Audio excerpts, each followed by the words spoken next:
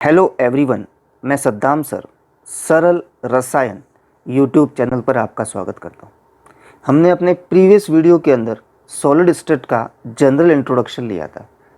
उस general introduction के अंदर हमने क्रिस्टलाइन सॉलिड और ए क्रिस्टलाइन सॉलिड के बारे में पढ़ा था।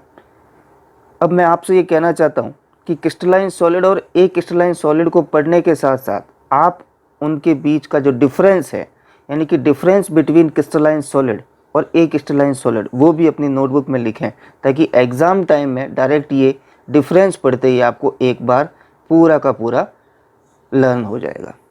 तो आज का जो हमारा टॉपिक है वो है क्लासिफिकेशन ऑफ क्रिस्टलाइन सॉलिड। और क्रिस्टलाइन सॉलिड की बात करूं तो इसकी डेफिनेशन देखना चाहें एक बार फिर से, तो a solid in which the atom और मॉलिक्यूल और constituent particle are arranged in regular manner are called crystalline solid. अब नेक्स्ट बात करें, crystalline solid further classified into 4 category based on their constituent particle, यानी कि वो किन पार्टिकल से बना हुआ है उसके बेस पर क्रिस्टलाइन सॉलिड को 4 पार्ट में डिवाइड किया गया है। इसमें जो फर्स्ट जो है वो है मॉलिक्यूलर क्रिस्टलाइन सॉलिड, यानी कि इसके अंदर द कॉन्स्टिट्यूएंट पार्टिकल जो होगा वो मॉलिक्यूल होगा, और मॉलिक्यूल भी ऐसा होना चाहिए जिसमें किसी टाइप का कोई भी चार्ज नहीं हो, नेट चार्ज 0 होना चाहिए। समझ में आ रही बात? यहाँ पे मैं कह रहा हूँ नेट चार्ज 0 होना चाहिए, यानी किसी पर +1 है, मॉलिक्यूल के एक एटम पर +1 है तो दूसरे पर -1 हो जाएगा, तो टोटल मिला के क्या हो गया, +1 और -1 0, यानी नेट चार्ज उस मॉलिक्यूल पर क्या होना चाहिए, 0 होना चाहिए। अब देखें इसके अंदर इनको जो है वापस 3 टाइप में डिवाइड किया गया, वो भी किसमें, इन मॉलिक्यूल के बीच में कौन कौन से फोर्स ऑफ अट्रैक्शन प्रेजेंट है उसके बेस पर इसको वापस 3 टाइप में डिवाइड किया गया। अब इसमें जो फर्स्ट है वो है नॉन पोलर मॉलिक्यूल, ऐसा मॉलिक्यूल जिसमें पोल नहीं हो। अब इसके अंदर देखा जाए अट्रैक्शन फोर्स कौन सा होगा, तो अट्रैक्शन फोर्स जो होगा वो होगा वॉन डेर वाल फोर्स, या इसको कह सकते हैं लंदन फोर्स, यानी वॉन डेर वाल फोर्स का टाइप है लंदन फोर्स। और लंदन फोर्स किसके बीच में होता है, 2 न्यूट्रल मॉलिक्यूल के बीच में होता है। ऐसे मॉलिक्यूल जो न्यूट्रल हो, जो चार्ज कैरी नहीं करते हो, उनके बीच में ये फोर्स प्रेजेंट होता है, या इसका दूसरा नेम जो है वो है डिस्पर्सन फोर्स।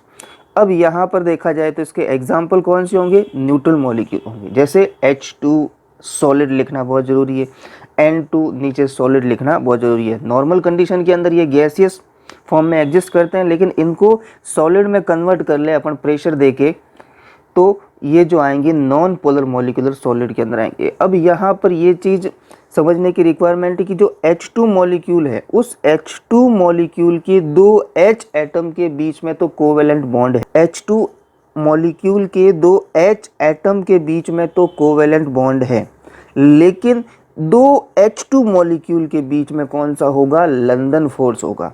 इसी तरीके से देखें नाइट्रोजन, तो नाइट्रोजन मॉलिक्यूल के 2 नाइट्रोजन एटम के बीच में तो क्या होगा, कोवेलेंट बॉन्ड होगा, लेकिन 2 नाइट्रोजन मॉलिक्यूल के बीच में कौन सा होगा, लंदन फोर्स होगा। यानी एटम के बीच में तो कौन सा हो सकता है, मे बी कोई भी फोर्स हो सकता है, कोवेलेंट हो, आयनिक हो, कुछ भी हो, लेकिन जब 2 मॉलिक्यूल पास पास अरेंज किए जाएं तो उनके बीच में लंदन फोर्स प्रेजेंट हो, तो वो आएंगे नॉन पोलर मॉलिक्यूलर सॉलिड के अंदर।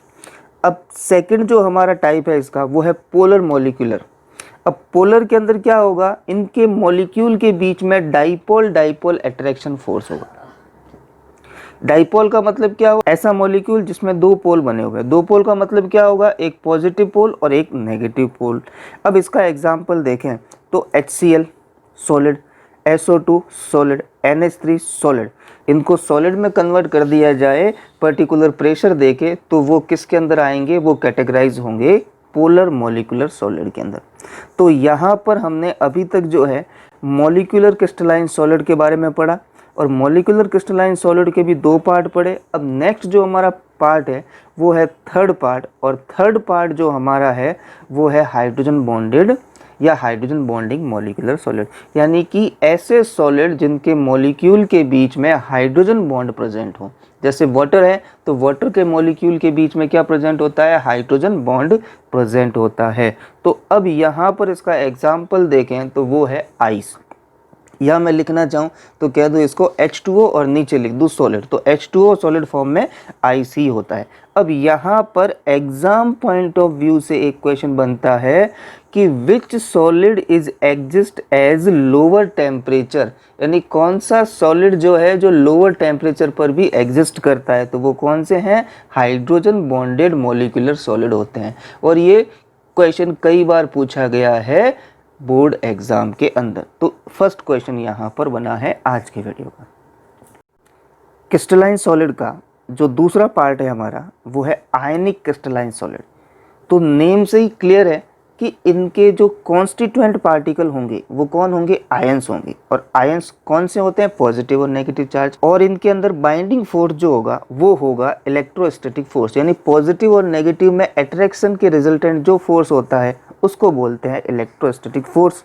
नेक्स्ट इसके एग्जाम्पल देखें तो जितने भी आयनिक कंपाउंड है वो सारे के सारे इसके एग्जाम्पल है। For example NaCl, NiCl2 and ZnCl2। अब नेक्स्ट जो अपना थर्ड टाइप है वो है यहाँ पे कोवेलेंट क्रिस्टलाइन सॉलिड।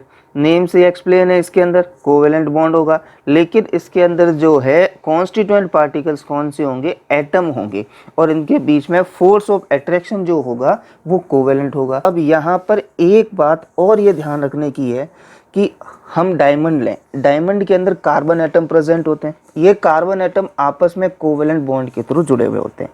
अब ये कोवेलेंट बॉन्ड के थ्रू जुड़ने के कारण एक 3D नेटवर्क का फॉर्मेशन करते हैं, और 3D नेटवर्क का फॉर्मेशन करने के कारण इनको नेटवर्क सॉलिड भी कहते हैं। तो covalent solid is also called network solid due to formed a 3D arrangement of molecule और 3D network like structure.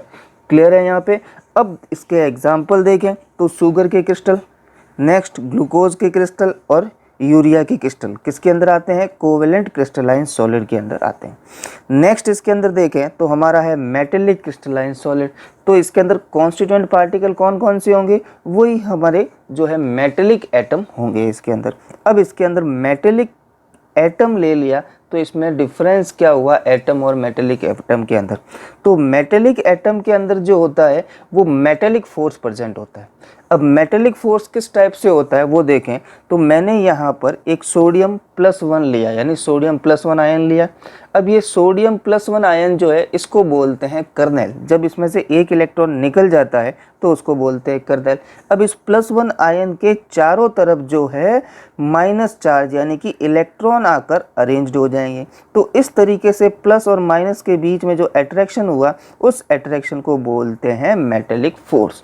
Clear है आपको इसके अंदर। तो क्या होगा, मेटल पहले किसका फॉर्मेशन करेगी, कर्नेल का। कर्नेल का मतलब क्या है, अपने वैलेंसी के अकॉर्डिंग जो इलेक्ट्रॉन लॉस कर देगी और लॉस करने के बाद जो स्ट्रक्चर बना उसको बोलते हैं कर्नेल। और इस कर्नेल के चारों तरफ जब इलेक्ट्रॉन आ गए तो ये जो प्लस माइनस वाला अट्रैक्शन फोर्स बना इसको बोलते हैं मेटेलिक फोर्स।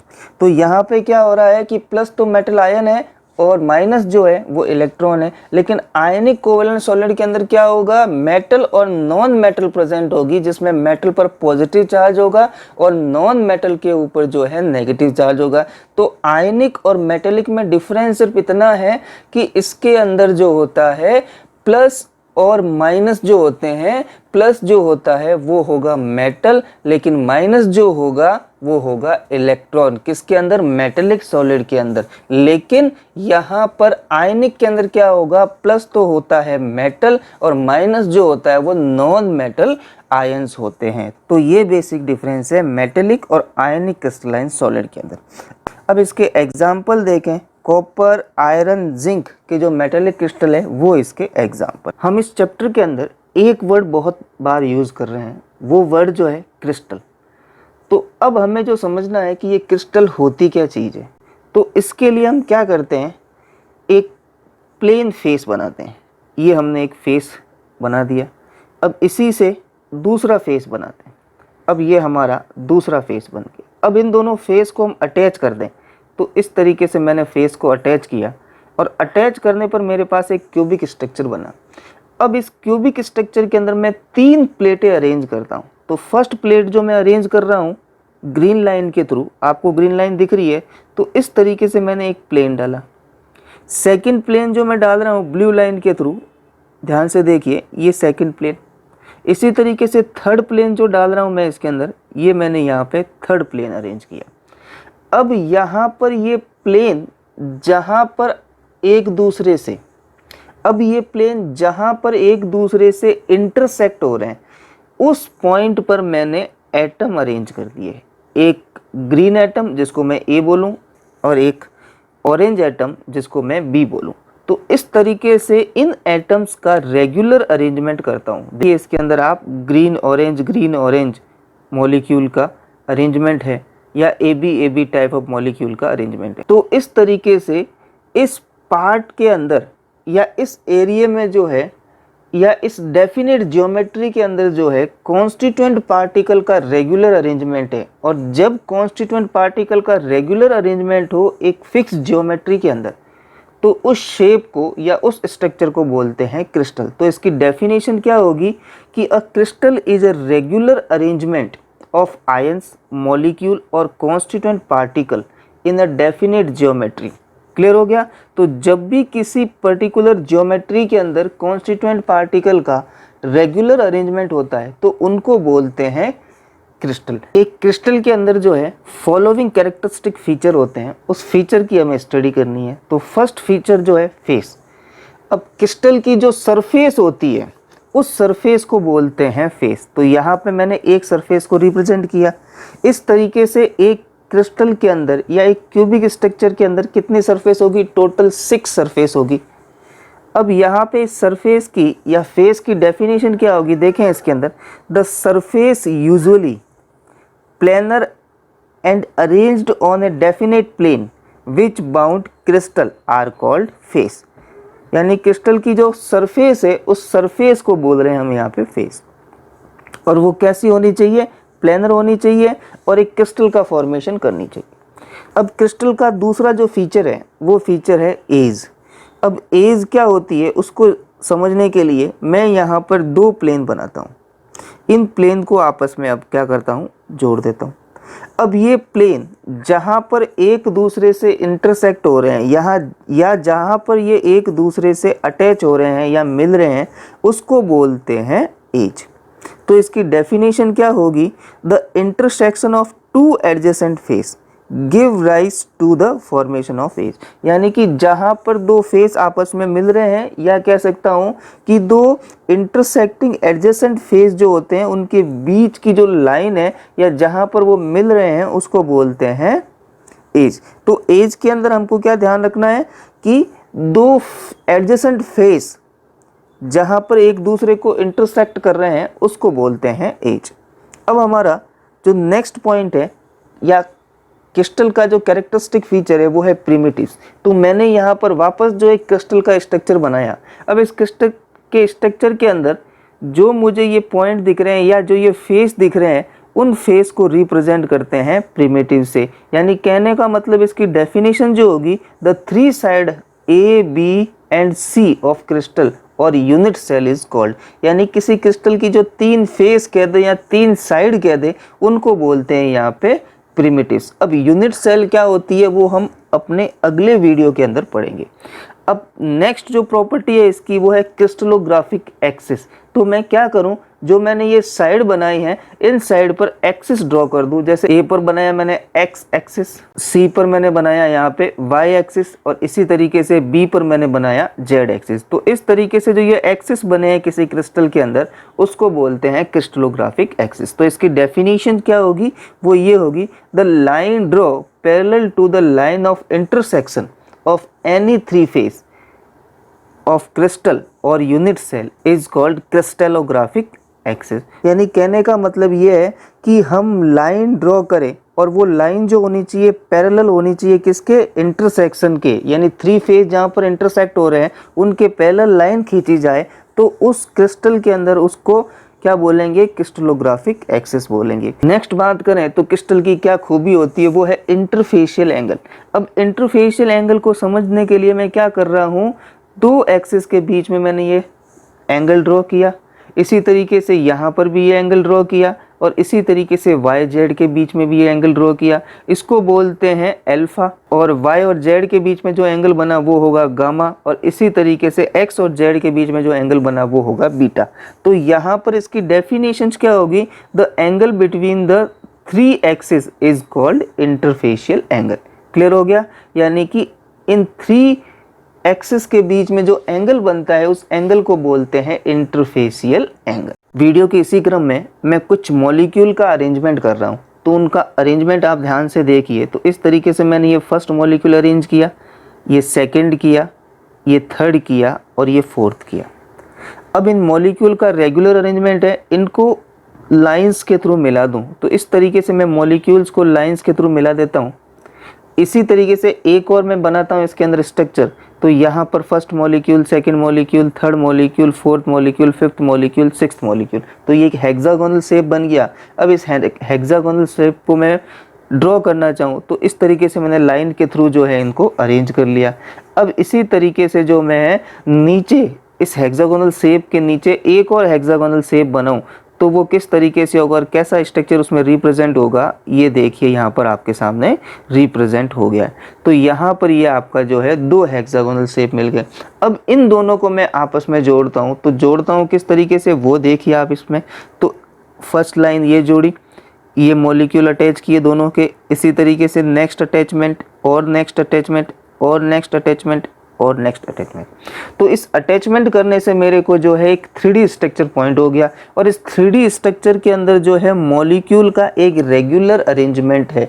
अब हमारा जो टॉपिक है वो टॉपिक है स्पेस लैटिस। तो स्पेस लैटिस क्या होता है, जो हमने बनाया है वही है। अब इस स्पेस लैटिस की डेफिनेशन देखें, N infinitive 3-dimensional array of points showing how atom or molecule are arranged in a crystal is known as space lattice। तो इसकी डेफिनेशन क्या कहनी चाह रही है कि जब मॉलिक्यूल को 3 डायमेंशनल जो है अरेंज्ड कर दिया जाए तो वो क्या चीज़ कहलाएगी, उस क्रिस्टल को क्या कहेंगे, स्पेस लैटिस कहेंगे। यानी क्रिस्टल वाली ही बात है, उसमें कह रहे थे हम डेफिनेट जियोमेट्री के अंदर, लेकिन इसमें क्या कह रहे हैं 3D के अंदर अरेंज करना है। तो जब मॉलिक्यूल को 3D के अंदर रेगुलर अरेंज किया जाए तो उसे बोलते हैं स्पेस लैटिस।